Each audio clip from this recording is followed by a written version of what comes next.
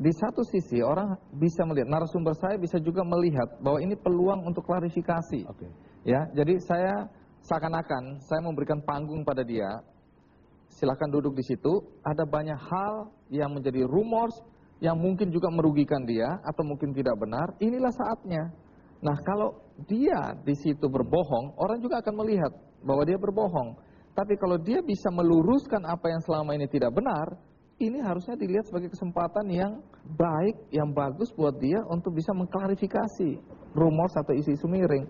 Nah, dalam hal inilah sebenarnya saya bertanya kepada Pak Habibie juga.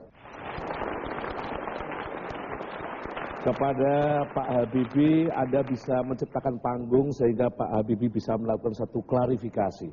Nah, sekarang kepada presiden yang lain.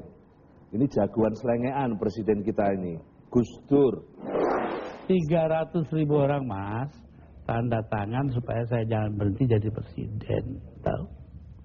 Tapi saya bilang, daripada bangsa ini pecah dalam pertempuran, darah mengalir karena saya, mendingan saya lengser aja deh. Nah, itu.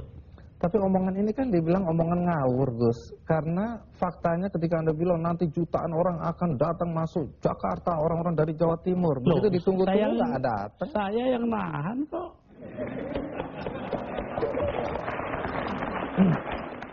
Dalam upaya mencopot Anda, siapa orang yang paling bertanggung jawab atas pencopotan tersebut menurut Anda? 2.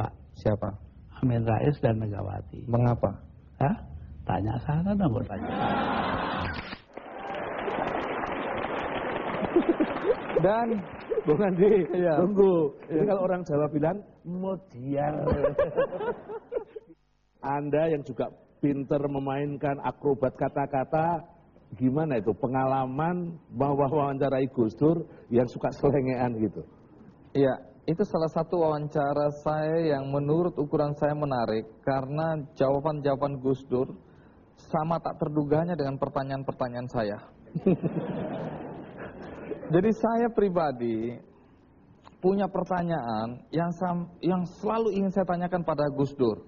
Dan itu saya manfaatkan ketika bertemu dengan Gus Dur. Tidak ditayangkan tadi, tapi intinya begini. Saya dengar, atau kita semua tahulah, kita dengar bahwa Gus Dur itu, kalau kita lagi ngobrol, lagi rapat, Gus Dur tidur. Begitu dia bangun, dia bisa tahu apa yang terjadi waktu dia tidur. Orang bilang itu setengah dewa. Saya bilang, bisa jadi. Jadi orang banyak percaya Gus Dur itu sakti.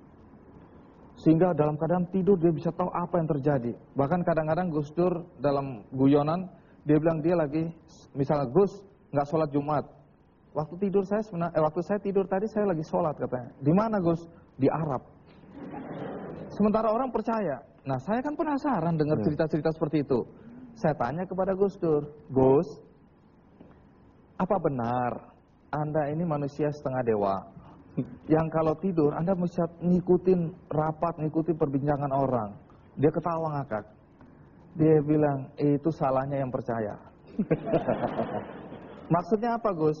Dia bilang, jadi begini, saya udah tahu kelakuan orang Indonesia. Orang Indonesia kalau rapat, muter-muter di situ berjam-jam. Jadi waktu saya tidur, saya ingat ujungnya aja. Begitu bangun, saya yakin masih di situ-situ juga.